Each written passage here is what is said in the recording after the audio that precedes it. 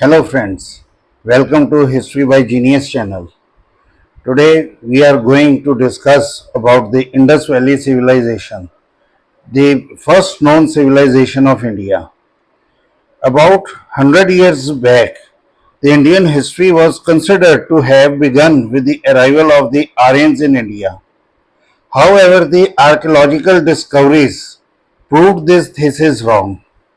Now it is an established fact that a very high level urban civilization had existed in India even before the arrival of the Aryans. In the beginning, the main sites of this civilization were located only in the Indus Valley. Therefore, it became popular as the Indus Valley civilization. Gradually, when more archaeological discoveries were made, it was found that this civilization had sites located in other areas as well and not merely confined to the Indus Valley. Many sites were found in Ganga Jamuna Doab, Madhya Pradesh, Gujarat, Maharashtra, and Jammu Kashmir.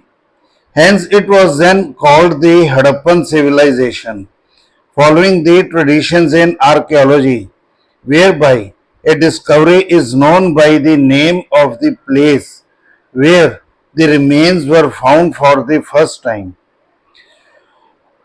This civilization had flourished even before the arrival of the Aryans, and it was an urban civilization. Therefore, some scholars also called it as pre-Aryan urban civilization. So, let us dis- describe the discovery. The first general surveyor of the archaeology of India, General Cunningham, he found some seals at Harappa in the northern province. He deposited them in the London Museum. He also submitted a report which was published in 1857.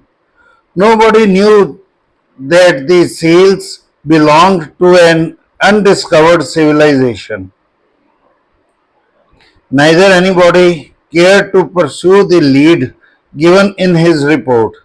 In 1921, Rai Bahadur Dayaram Sani, he started an excavation at Hadappa. He discovered big basket of bricks and seals during the excavation. The articles recovered made him to think that the remains excavated might belong to some ancient civilization. In 1922, Rakhal Das Banerjee, under the aegis of General Survey of India, undertook the excavation at Mohenjo-daro for Buddhist stupas. He also found a large number of bricks, seals, and other articles. Later, the Director General of the Archaeological Survey of India, Sir John Marshall, he continued the excavations. His project continued till 1934. Then, the excavation of adjoining sites of the Indus Valley started. The archaeologists like Sir Mortimer Wheeler, Hargreaves, Mackay, M.N. Vats, N.G. Majumdar, B.B. Lal, M.R. Rao, etc. made some contribution in this sphere. Now, let us have a brief look at the extent of this civilization. The main centers of the Indus Valley civilization are found both in India and the modern Pakistan. These are to be found in the Sindh province, Balochistan, Northwest Frontier province, J&K, Punjab, Rajasthan, Gujarat, Maharashtra, and Uttar Pradesh. By now, nearly 3,000 centers relating to this civilization have been identified. The main centers in Pakistan are Mohenjo-daro, Johor, Amri, and Kot Diji, all in Sindh province. In Balochistan, they are at Sudko and Dabarkot. In Northwest Frontier Province, it is in Gumla. In West Punjab, it is Hadappa and many other centers. In India, the main centers are found in Punjab.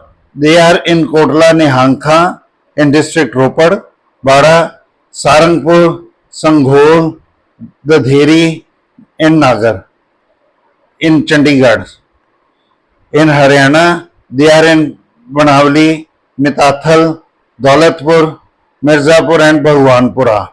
In Rajasthan, the main center in Kalibangan and in Rangpur, Lothal, Dholavir, all in Gujarat, and Alamgirpur.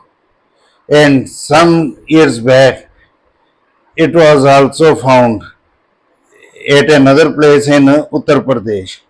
The scholars had estimated that this civilization had spread over a territory of 7,69,860 square miles.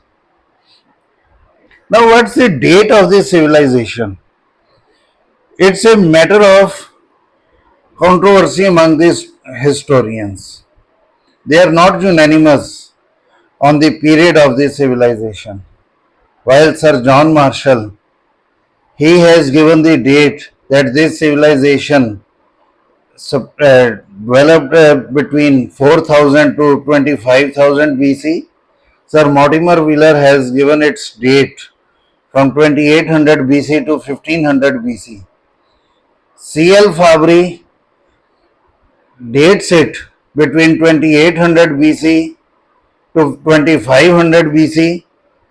Dr. R.S. Tripathi, he has given its date from 3250 BC to 2750 BC, and Dr. R.K. Mukherjee also accepts his theory. However, after much research, most of the writers, they identify that this civilization had developed between 3250 BC and 1500 BC, while it was at its peak from 2250 BC to 1750 BC. Now, why have they given such date? Actually, 6 to 7 layers were identified at most of the excavations on sites of Harappan civilization. Nearly 500 years are fixed for the formation of each layer. Hence, nearly 3500 years ago, this civilization disappeared. This is one of the reasons. Secondly, many remains of Harappan civilization are found in Mesopotamia and Crete. It is probable that this civilization had intimate trade relations with those foreign civilizations and was their contemporary. Therefore, we are expected to fix the date for this civilization in relation to those civilizations. Next, no remains of horse or horse icons are found during the excavation. It makes us believe that they were not aware about horses. On the other hand, horse was an important feature of the Aryan civilization. The period around 1500 BC is considered as the time of the arrival of the Aryans and the period of their conquest over the natives of India. The people of Harappan civilization are identified as the original natives of this area. Fourth, the Hadappans had no knowledge of iron. However, by 1000 BC, this metal was in extensive use. So it is possible that the Harappan civilization belonged to pre-iron age. Moreover, many skeletons were found on the roads, lanes, premises of the houses and the rooms from Mohenjo-daro and other sites. It is concluded from there that a mass slaughter might have taken place in a sudden attack. The invaders are identified with Aryans. The Aryans were believed to have arrived in India by 1500 BC. Thus, this period should be identified with the end of the Harappan civilization. Next, we will discuss about the ethnic composition of this civilization. Again, there is a debate among these scholars on the ethnic composition of the Indus people. Most of the scholars accept the thesis of Dr. J. H. Hutton that the majority of Hadappans were Dravidians. In Rig Veda, there is reference to a conflict between the Aryans and non-Aryans. The features of non-Aryans, as mentioned therein, resemble the physical features of the Dravidians. However, on the basis of the studies of the skeletons found during the excavation, it is observed that they belong to four different races, which were Mediterraneans, Alpinid, Mongoloids, and Proto-Australoids. So, after arriving in India, the Aryans fought against the non-Aryan races. The features of non-Aryans are described in the Rig Veda are dark skin, flat nose, short stature, etc. They resemble with the features of the skeletons of the Mediterranean race. The discovery of the skeletons in excavation proves that they were the natives of this place, and it can be further concluded from the existence of other skeletons of other races that they belonged to the people who had come here from outside, either for trade purposes or otherwise. So, here is a list of the main excavators who had discovered these major cities of the civilization.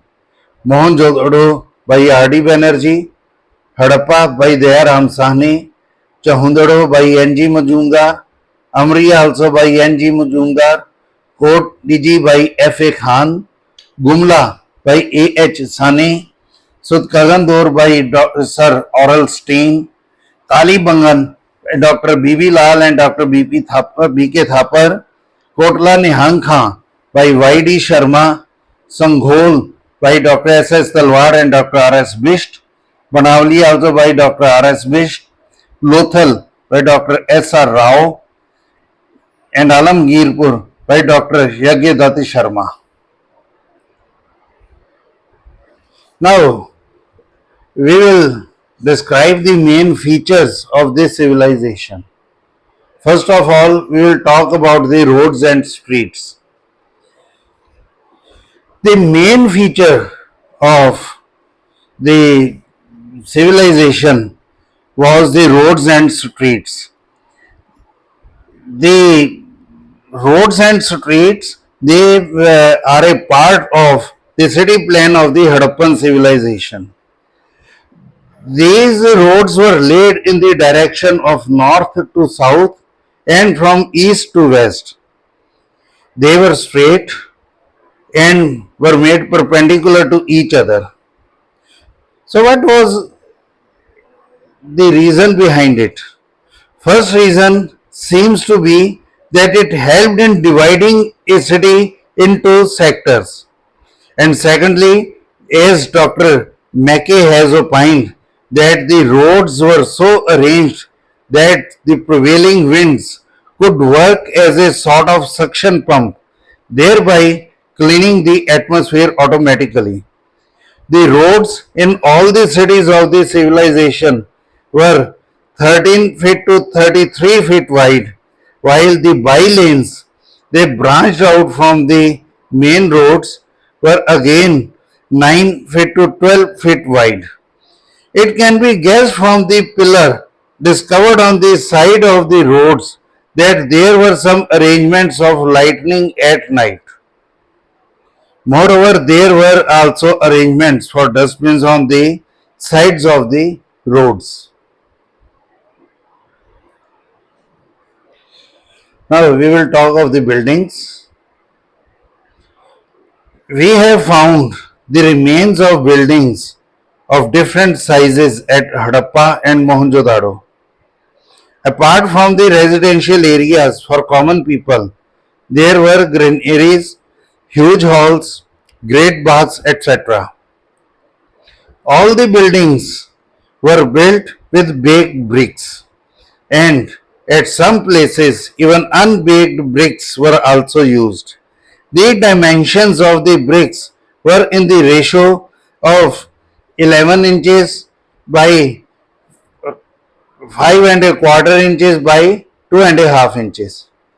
The largest brick found in this civilization range at 18 inch by 7 inch by 3 inch.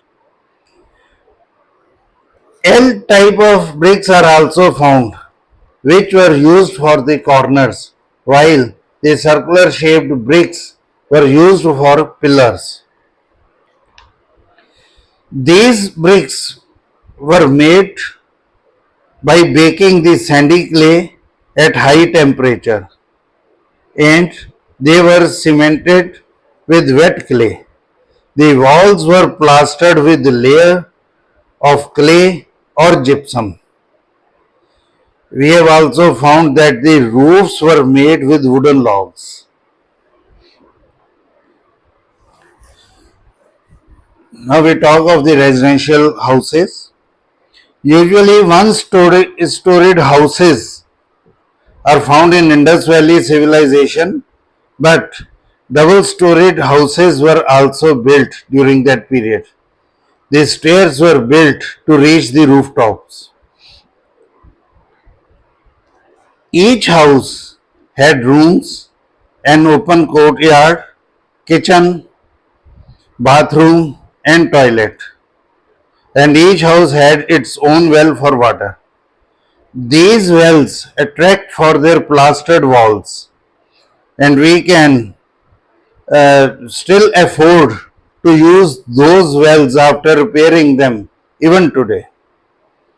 The people of Indus Valley civilization, they were very particular about the ventilation and lighting of their houses, and it was a prime feature of their uh, house building tactics. For that, they kept windows, outlets, and doors, all of which opened only towards the by lanes. The doors were generally hinged to the walls, and uh, Dr. Rajkishore Singh, he has given a very fine statement that these houses were simple, but they fulfilled all the needs of a healthy living. A very fine attraction of the civilization, the Great Bath, the remains of which are found at Mohenjo-daro. The outer area of this bath is 180 meters by 108 meters. The outer wall of bath pool complex is 8 feet broad. The dimensions of this great bath are 39 feet by 23 feet by 8 feet. A brick stairs lead up to the bath. The floor of the bath is made of baked bricks and limestones, and the bricks are so nicely laid there is hardly any gap between them. It was made waterproof by using the plaster of gypsum. There is a well also near this bath. Probably that well was used to fill the pool with water. A perfect and surprising arrangement was made to drain the pool of its water. There were lobbies along the pool, having galleries on all the three sides, followed by small rooms. Now, why these rooms were constructed? Some scholars feel that The rooms, they were the living rooms of the priests who used to take bath at auspicious occasions and festivals after coming out of their rooms.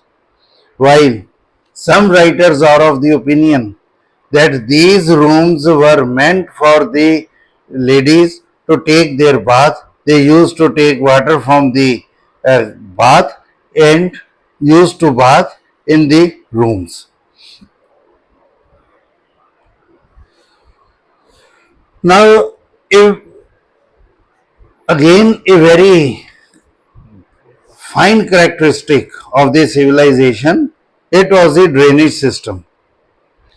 A perfect drainage system was laid in the cities of Harappan civilization. Every road and lane on its side had parallel drains running along whole of their length. Every such drain was 9 inch to 1 foot broad and 1 foot to 2 feet deep. The drains from the houses were joined with these drains in the streets, and the main drains were joined with the main drain of the city, which carried the wastewater out of the city. The main drains were 2 feet to 5 feet wide, and they were plastered with brick, limestone, bagged clay, and gypsum. They were also covered with big slabs of baked bricks to prevent the choking of the drains with refuse and dust. They were cleaned from time to time so that the draining of wastewater might not be disrupted. And a very uh, good statement by Dr. L. Basham. He writes that the unique system of the Indus people may have been maintained by some municipal organization, and it is one of the most impressive of their achievements. So, this is the first part of our discussion of Indus Valley civilization. So, in the second part, we will discuss the socio-cultural life of the civilization. Thank you.